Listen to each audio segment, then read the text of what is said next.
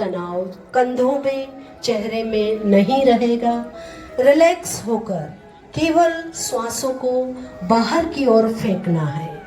हमारी हर जाती हुई श्वास के साथ हम अपने शरीर के सभी विजातीय तत्वों को बाहर फेंक रहे हैं, फेंक रहे हैं, फेंक रहे हैं। हमारे सारे टॉक्सिन्स, हमारे सारे रोग, हमारी सारी में 30 स्ट्रोक। फिर से लंबी गहरी सांस लेकर छोड़ना है। एक बार फिर से 30 सेकंड का एक राउंड कपालभाति प्राणायाम का करना है। मास्टर प्राणायाम है, शरीर की 90% बीमारियों को दूर करता है। करते रहेंगे।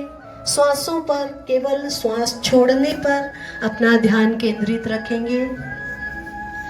पूरे शरीर का कायाकल्प करता है, ब्लड सर्कुलेशन को बढ़ाता है, शरीर की सारी नकारात्मकता को दूर करता है, नेगेटिविटी को दूर करता है। शरीर में जितने भी विजातीय तत्व, टॉक्सिन्स हैं, उनको दूर करता है। हार्ट पेशेंट, डिस्क वाले पेशेंट, हाई ब्लड प्रेशर वाले पेशेंट, हर्निया वाले और अल्सर वाले इसे सामान्य धीमी गति से करेंगे।